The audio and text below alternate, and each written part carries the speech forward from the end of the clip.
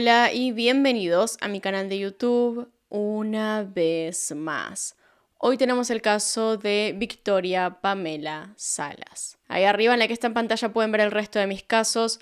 Acá abajo tienen mis redes sociales por si quieren seguirme en alguna de ellas. Y sin nada más que decir, comencemos.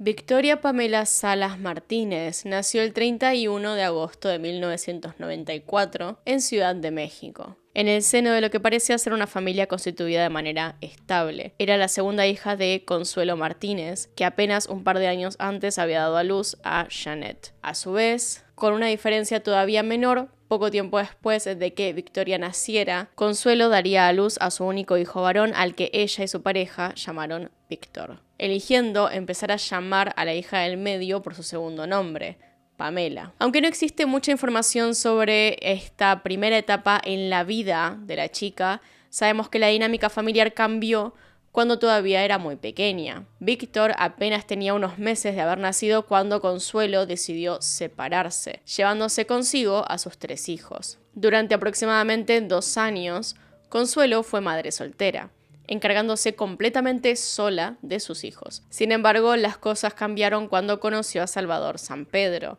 un hombre del que se enamoró profundamente y con quien inició una relación seria no mucho tiempo después. A diferencia del padre biológico de sus hijos, Salvador se interesó desde el principio por los 3 pequeños y no tuvo problema en tratar a los hermanos como si fueran sus propios hijos. A medida que los niños fueron creciendo, el sentimiento se hizo recíproco. Aunque no lo fuera biológicamente, para los niños su padre era Salvador y no el hombre del que no habían vuelto a saber tras la separación. Junto a Consuelo, la pareja hizo todo lo que estaba a su alcance para darle lo mejor a sus hijos, aunque su situación económica no era la ideal. La madre de Victoria se dedicaba a limpiar casas mientras que su padre era empleado de una gasolinera, por lo que sus sueldos no eran especialmente altos. Pese a que intentaban que nada le faltara a sus hijos, llegar a fin de mes se hacía cada vez más complicado. Y aunque intentaron que esto no influenciara en la vida de sus hijos, para cuando Victoria se encontraba en la secundaria, la situación se hizo insostenible. La abuela materna de los chicos, Josefina Martínez, había sufrido un percance de salud, por lo que se había mudado con ellos,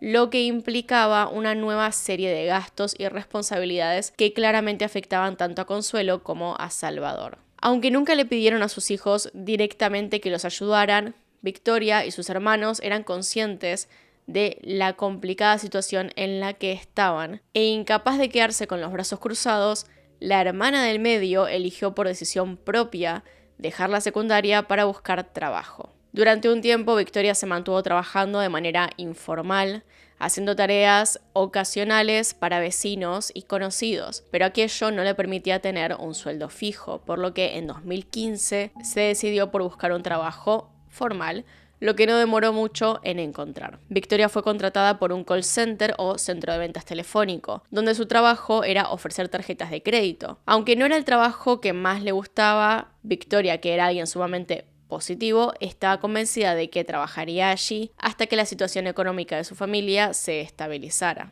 Cuando las cosas estuvieran mejor, Victoria planeaba dejar de trabajar para volver a los estudios, aunque la verdad es que tampoco parecía lamentarse demasiado por haberlos dejado. Con el sueldo que ganaba en su trabajo, ella no solo era capaz de ayudar a su familia, sino que además podía darse sus propios gustos. Desde el principio de su adolescencia había demostrado un gusto único por la ropa y en especial los zapatos de taco, por lo que parte de su sueldo iba todos los meses a comprar por lo menos un par de tacones, extendiendo su colección a un mínimo de 20 pares. Además de comprarse ropa y maquillaje con su sueldo, Victoria también utilizaba una parte de lo que le quedaba para salir a distintas fiestas privadas con sus amigos. Fue en una de esas fiestas donde conoció a Mario Sáenz Zambrano, un hombre atleta de 27 años que se dedicaba al skate. De hecho, Mario era uno de los pioneros de ese deporte en México, siendo uno de los primeros en representar al país en competencias internacionales desde que inició en el deporte cuando su abuela le regaló su primera patineta. Lo que sabemos sobre su vida personal es muy poco, pero en lo que respecta a su carrera deportiva, sabemos que estuvo llena de éxitos que lo llevaron a ser patrocinado por la marca de zapatillas DC hasta recibir premios económicos bastante altos,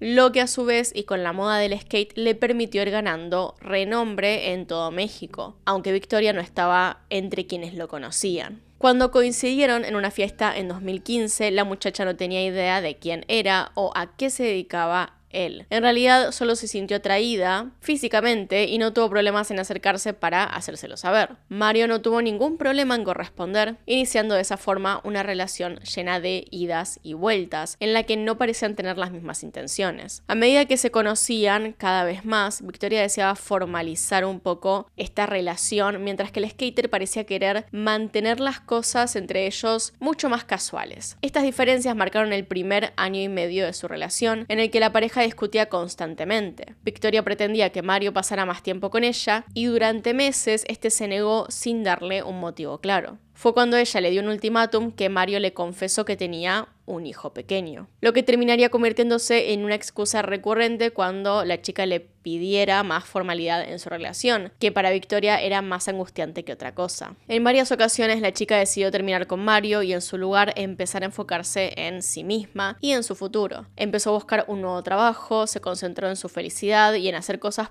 por ella. Pero para finales del 2016 Mario había vuelto a su vida, esta vez con la promesa de hacer las cosas diferente. Oficialmente, el 29 de enero del 2017, ambos se pusieron de novios. Llevaban ya 2 años de ida y vueltas, por lo que Victoria tenía 22 años y Mario 29. Pero esto de estar de novios no cambió la naturaleza de su relación. Por el contrario, Victoria pasó gran parte de los meses angustiada. Sentía que Mario le había mentido y seguía sin tomarse la relación en serio. Discutían casi a diario y con la misma frecuencia se dejaban para volver. El entorno de Victoria veía con preocupación cómo la chica parecía sufrir demasiado al lado del skater, por lo que más de una vez sus amigos e incluso sus padres le aconsejaron terminar de una vez con este hombre, pero ella simplemente no los escuchó y siguió con su relación hasta finales de agosto de ese año, cuando todo cambió.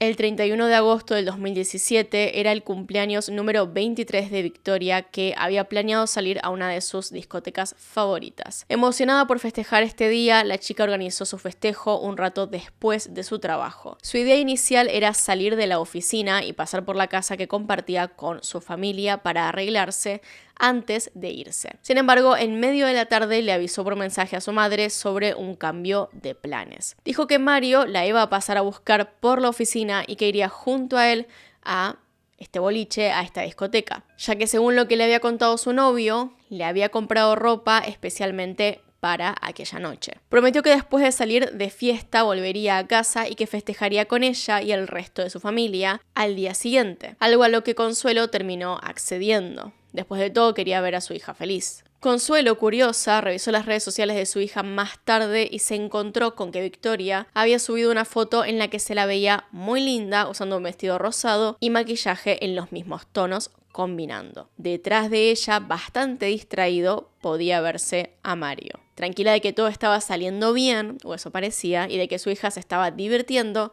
Consuelo dejó su celular para seguir con su noche. Sin embargo, esa tranquilidad duraría solo unas horas. En la madrugada, más o menos a la hora que Victoria había acordado para volver, Consuelo recibió un mensaje de voz de ella. Su jefe le había autorizado tener el 1 de septiembre libre, por lo que Mario le había ofrecido pasar el día en un centro turístico de Morelos, algo que Victoria no demoró en aceptar. Era la primera vez que su novio le proponía una cosa así, y mientras que para sus padres era un poco raro, ella parecía encantada con la idea, por lo que pese a lo extraño que se les hacía la situación, decidieron no entrometerse y solo preguntar cuándo pensaba volver. En otro mensaje de voz, Victoria, igual de contenta que antes, les informó que volvería la noche siguiente y, como era costumbre, se aseguró de recordarles cuánto los quería. Durante el 1 de septiembre, los padres de Victoria no recibieron mensaje de su hija, pero no les sorprendió. Creían que estaba muy entretenida junto a su novio, por lo que para no molestarla ni siquiera intentaron ponerse en contacto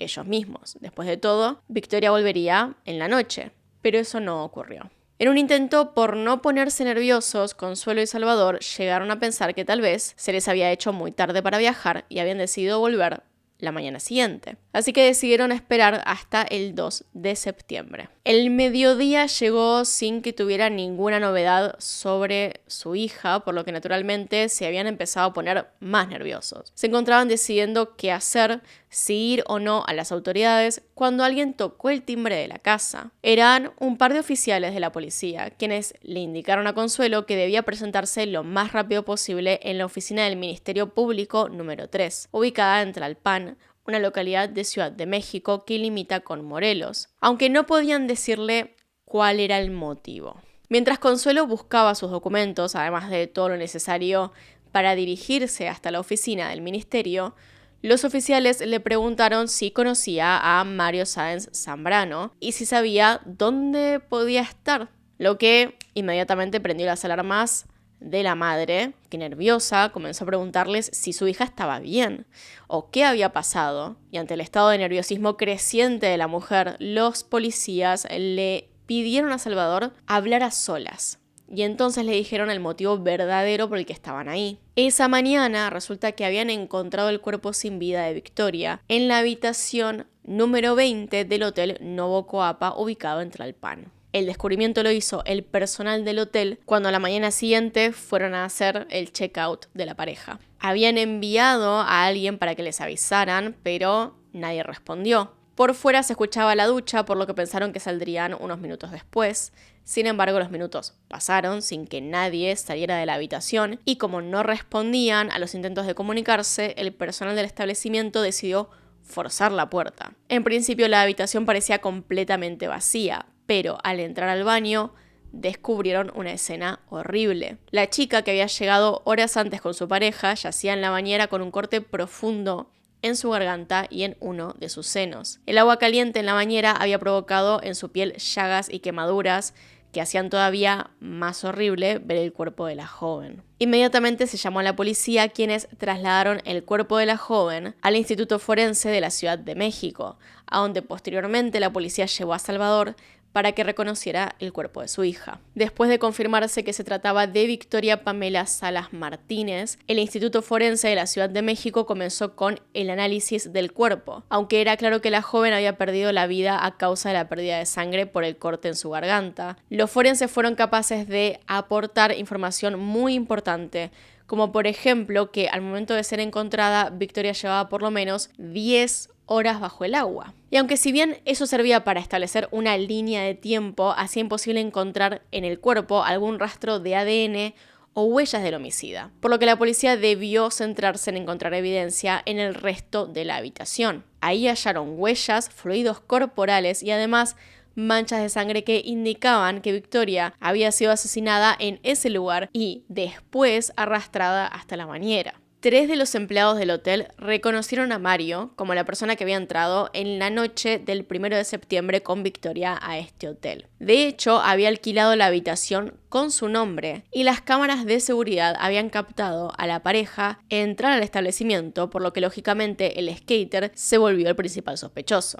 Con toda esta información, la policía se dispuso a analizar la evidencia recogida en la habitación del motel y compararla con los datos genéticos que poseían de Mario. Sin embargo, se llevaron la sorpresa de que no coincidían. Mientras todavía buscaban su paradero, el 3 de septiembre la familia de Victoria llevó a cabo el velorio y entierro de su hija, en el que amigos y familiares se reunieron para despedirla. Intentaban apoyarse unos a otros cuando Mario se hizo presente como si nada en la ceremonia. Con un semblante sumamente tranquilo y como si la muerte de su novia no le afectara, se acercó a la familia para entregarle un sobre con lo que, según él, demostraba su inocencia. Dentro de este sobre había una especie de declaración jurada en la que Mario aseguraba haber pasado el 1 de septiembre junto a un amigo y en el camino de vuelta a su casa las ruedas de su vehículo habían sido pinchadas, lo que probaba con la constancia de una denuncia que había hecho en la policía ese mismo día.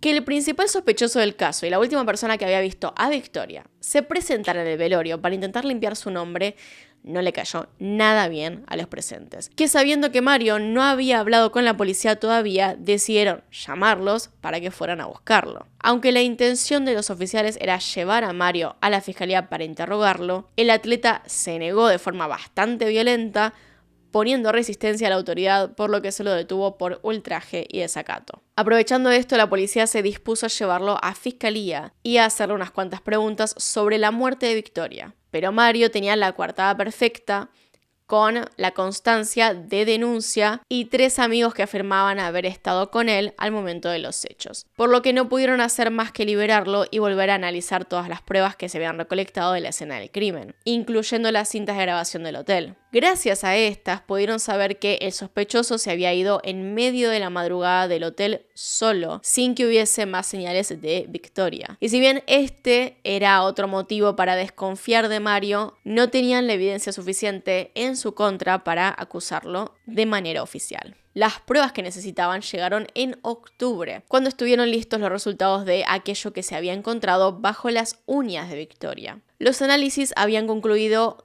que se trataba de piel y ADN humano, y más específicamente que este correspondía con el de Mario Sáenz Zambrano. Como ya vimos en incontables ocasiones en este canal, que una víctima tenga ADN de una persona bajo sus uñas suele indicar que intentó defenderse de los ataques de esa persona, por lo que esa era evidencia más que suficiente para que la Procuraduría General de la Justicia de la Ciudad de México emitiera una orden de arresto contra el sospechoso, que parecía haberse fumado. En un intento de encontrarlo, la policía montó guardia frente a las tiendas de deportes de las cuales era socio y las 2 casas que eran propiedad de Mario, pero no fueron capaces de encontrarlo. Parecía que se había fugado de la ciudad e incluso del país, por lo que se solicitó la ayuda de Interpol, que lo buscó durante más de un año en todo el mundo sin lograr encontrarlo. A mediados de marzo del 2019, Mario hizo una aparición un tanto diferente. Subió a su canal de YouTube un video dirigido a las autoridades policiales de México en el que decía haber sido acusado injustamente por el homicidio de Victoria. Decía que las pruebas en su contra estaban fabricadas ya que nunca había estado en el hotel Novo Coapa e incluso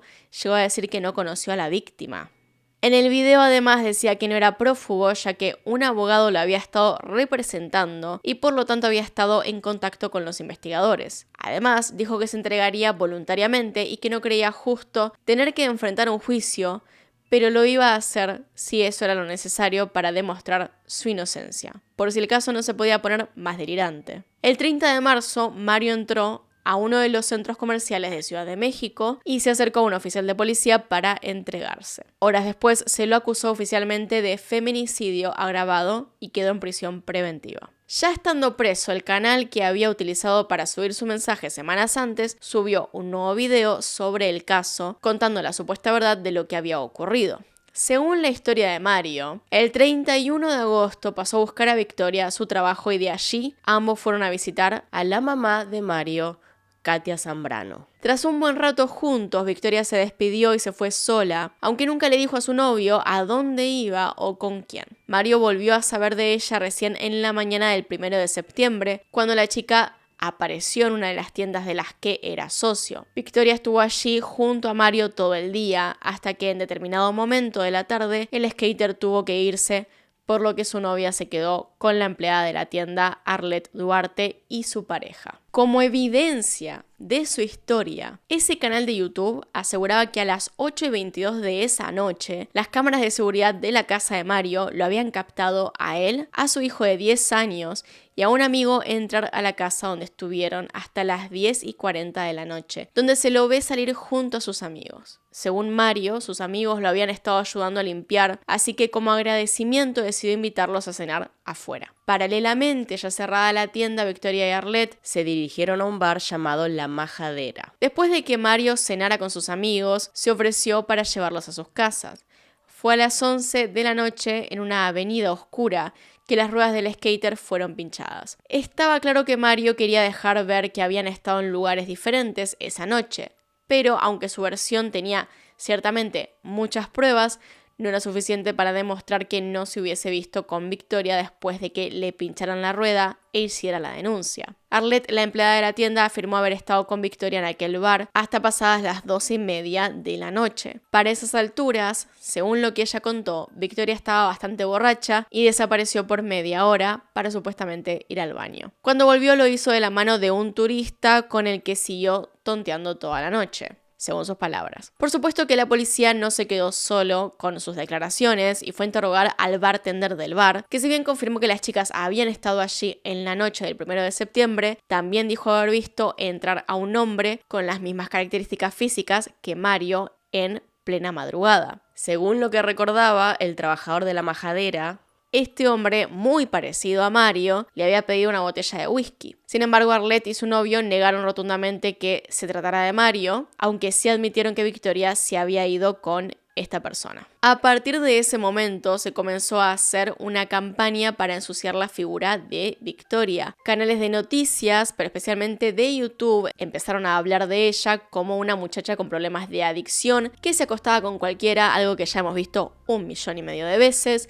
Creo que no necesitan recordarlo, se sabe. Por lo que, según esta imagen mala que Victoria tenía y todas las cosas malas que hacía, podría haber sido alguien más quien la asesinó. La familia de Victoria tenía que escuchar todo esto sabiendo que el asesino de su hija era Mario. Con esa seguridad y esperando que se hiciera justicia por ella, empezó el juicio. El proceso judicial contra Mario fue largo y empezó en agosto del 2020. Y desde la primera audiencia, el skater se declaró inocente, manteniendo la versión que antes contamos. Su defensa hizo énfasis en que Victoria había sido vista con una persona distinta esa noche y en confirmar que durante las horas en que se creía que había sido asesinada, el acusado había estado en otro lado. La fiscalía, por supuesto, contaba con las grabaciones del Hotel Novo Coapa que demostraban lo contrario. Sin embargo, poco antes de que fuese el momento de presentarlas, el dueño del hotel dijo que no iba a ser posible porque se había averiado. Algo que, por supuesto, levantó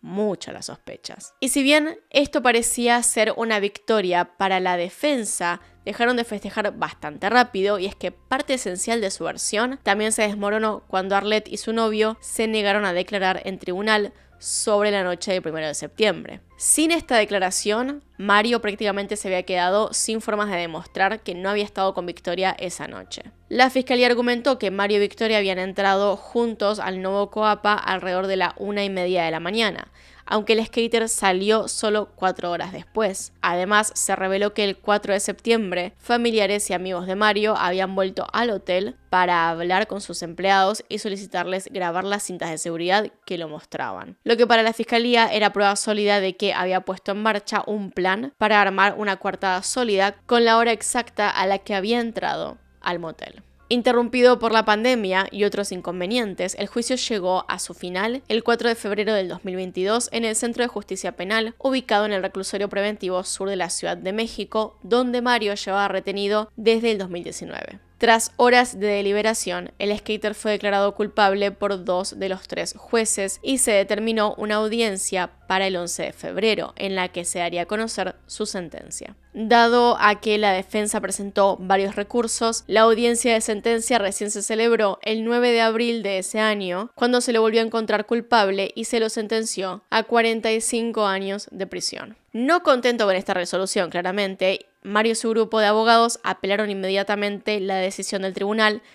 pero la sentencia fue ratificada en diciembre de ese mismo año y además el tribunal añadió una nueva sentencia. Tenía que pagar 485,000 pesos a la familia de la víctima, además de la suma que hubiesen gastado en el velorio y entierro. Desde entonces, Mario ha tratado en varias ocasiones apelar la condena, pero en todas esas veces se le negó la posibilidad o simplemente se ratificó su condena. Lo que en parte alivia muchísimo a la familia de Victoria, que todavía sigue intentando acostumbrarse a vivir sin ella. Socialmente este caso todavía genera polémica. Hay muchas personas que defienden la inocencia de Mario y siguen creyendo que Victoria era una chica problemática que de alguna forma se buscó su propio asesinato al tomar demasiado o irse con cualquier hombre. Sin embargo, nada de esto se puede probar, y aunque incluso Victoria realmente fuese así, no es razón para que Mario ni nadie lo hubiese asesinado de esa forma, y tampoco es razón para que dejen de buscar a quien sería su verdadero asesino. Como sea, la decisión de los jueces está tomada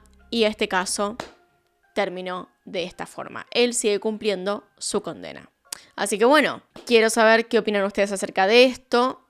Los estoy leyendo en los comentarios y también si tienen otros casos para recomendarme, los voy a tener en cuenta. Recuerden que abajo en la descripción de todos los videos está mi mail para que me manden casos para hacer y con eso llegamos al final del video. Acá están los Patreons y los miembros del canal, gracias por apoyarme a través de esos medios y sin nada más que decir, acá tiene un video nuevo, acá tiene un video recomendado, se pueden suscribir haciendo clic en mi cara y nos vemos en otro video.